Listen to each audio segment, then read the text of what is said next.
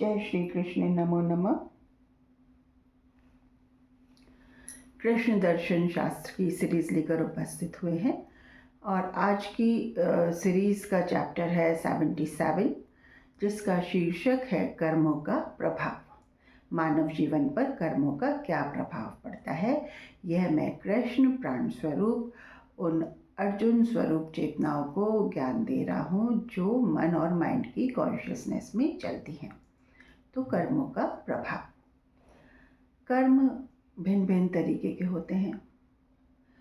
कर्मों की व्याख्या, किस तरीके के कर्म होते हैं और क्या होते हैं, ये मैं बता चुका हूँ। अब मैं कर्मों को आज दो कैटेगरी में बांट रहा हूँ। वो कर्म जिनमें परिणाम की हम आसक्ति रखते हैं, जिसमें हम चाहते हैं, कर्मों का फल चाहते हैं, कर्मों का रिजल्ट चाहते हैं, कर्मों का परिणाम चाहते हैं, वो कर्म। और दूसरे कर्म जो हम ईश्वर को समर्पित कर देते हैं, जिनके परिणाम की हम ईश्वर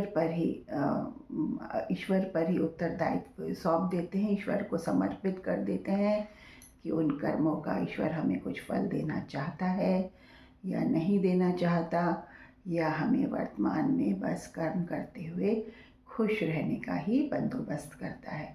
ये सारी बातें हम अपने इष्ट पर डाल देते हैं, अपने प्राणों पर डाल देते हैं, उनको वो कर्म समर्पित कर देते हैं। तो ये दो तरीके के कर्म हो गए। एक हो गए निष्काम कर्म जो ईश्वर को समर्पित हैं, एक हो गए वे कर्म जिनमें हम फल की आशा रखते हैं। तो इनका प्रभाव जीवन पर क्या पड़ता है? वे कर्म जिनमें हम फल की आशा रखते हैं और परिणाम चाहते हैं, जो किसी परिणाम को प्राप्त करने के लिए फल की आशा रखकर जो कर्म किया जाता है कि ये मैं कर्म ऐसा कर रहा हूँ तो इसका फल मुझे ये मिलेगा, या ये मैं यूँ कर रहा हूँ तो इसका फल मुझे ये मिलेगा। ऐसे कर्म का फल मिलता है, लेकिन जो भी मिलता है वो इसी हिसाब से मिलता है कि जिस हिसाब तक की आपकी इच्छा होती है, जिस हिसाब तक कि आप उस कर्म की वो चाहते हैं, उसका रिज़ल्ट चाहते हैं, उस हिसाब तक ही उसका परिणाम होता है। उससे दूरगामी परिणाम उसका नहीं होता है। हाँ, बुरे कर्म जो आप करते हैं, बुरे कर्म आप जो कर रहे हैं, उसका रिज़ल्ट तो भगवान चाहे इस जीवन में दे, चाहे अगले जीवन में दे। अच्छे कर्म जो आप कर रहे हैं, उसका रिज़ल्ट ईश्वर इसी जन्म में पूरा कर देता है। ये आप जानें, जो भी आपके द्वारा अच्छे कर्म हो रहे हैं, उनका रिज़ल्ट इसी जन्म में मिल जाता है। और जो बुरे कर्म हो रहे हैं, वो कर्म दूसरे जन्म में ट्रांसफ़र भी हो सकते हैं, या इसी जन्म में भुगतने हो तो इसी जन्म में भुगते जाते हैं।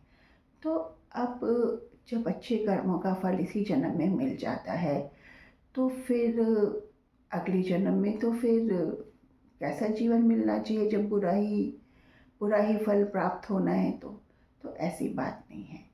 जो कर्म ईश्वर को समर्पित होते हैं, उनके दूरगामी परिणाम होते हैं। जो निष्काम कर्म होते हैं, उनके दूरगामी परिणाम होते हैं। उनका फल ईश्वर या तो इसी जन्म में आपको मोक्ष प्राप्ति, भगवत प्राप्ति के उद्देश्य से पूरा देता है, करा देता है, या फिर निष्काम कर्म जो होते हैं, उनके दूरगामी परिणाम होते हैं। उनके परिणाम आपको अगले जन्म में प्राप्त होते हैं, अगले जन्म में प्राप्त होते हैं। हाँ, इस जन्म में अच्छे कर्मों का जब आप परिणाम चाहते हैं, फल की भावना से, फल की इच्छा से कर्म करते हैं, तो उसके परिणाम आप इसी जीवन में भोगते हैं।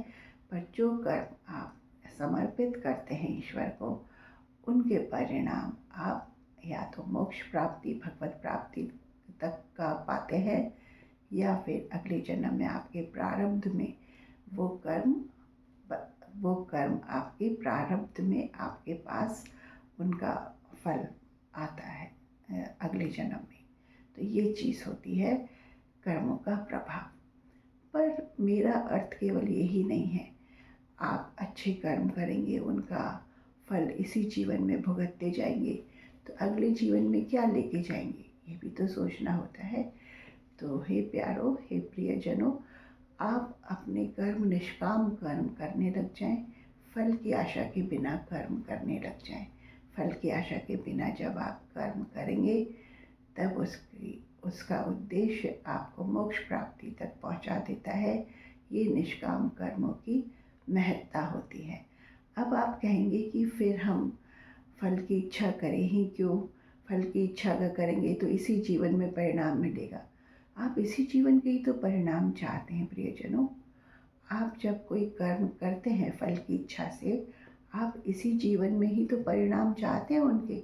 आपने कौन सा कोई ऐसा कर्म किया है जो आप फल की इच्छा करें और उसकी इच्छा ये करें कि आप उसको अगले जीवन में उसका परिणाम चाहते हैं? बताइए, आप खुद टटोलिए अपने आप को कि आप जब कर्म करते हैं इस जीवन में तो इसी जीवन में तो परिणाम चाहते हैं।